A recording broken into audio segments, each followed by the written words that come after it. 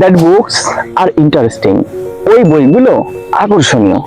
আরেকটি বাক্য হচ্ছে দোজ বুকস আর ইন্টারেস্টিং, একই অর্থ ওই বইগুলো আকর্ষণীয়। এখন কথা হচ্ছে এই দুইটা বাক্যের ভিতরে কোনটা সঠিক? একটা বাক্যতে বসা আছে দ্যাট, অন্যটিতে বসা আছে দোজ, তাই না? তো আমাদেরকে জানতে হবে যে দ্যাট কখন ব্যবহার হয় এবং দোজ কখন ব্যবহার হয়, তাহলে আমরা বলতে পারবো 1 নম্বর সঠিক নাকি 2 নম্বর সঠিক। তো ভাইয়া, দ্যাট যখন ব্যবহার হবে তখন তার পরে একটা সিঙ্গুলার নাউন থাকবে এবং তারপরে একটা কি থাকবে? সিঙ্গুলার ভার্ব থাকবে।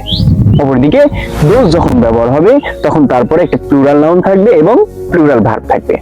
আরেকটি বৈশিষ্ট্য হচ্ছে দ্যাট কখন ব্যবহার হবে? যখন একটা ব্যক্তি এবং একটা বস্তু বোঝাবে। সেম কাহিনী দোজের ক্ষেত্রে, যখন একাধিক বস্তু অথবা একাধিক ব্যক্তি বোঝাবে তখন দোজ বসবে।